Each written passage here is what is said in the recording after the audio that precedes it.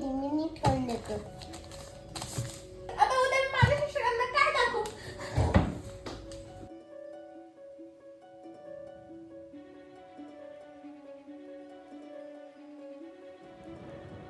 दीदी दीदी हे घे. दीदी कागद फाटला म्हणून रागवू नकोस. तो फाटला तर चालेल, पण तुझ्या डोक्यावरचा भाऊ नावाचा आभाळ मी कधीच फाटू देणार नाही. तुझ्यावर येणारं कुठलंही संकट मी माझ्या शिरावर घेईन. तुझं आयुष्यभर रक्षण करेन, हे माझं वचन आहे.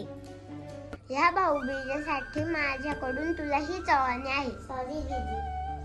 It's okay.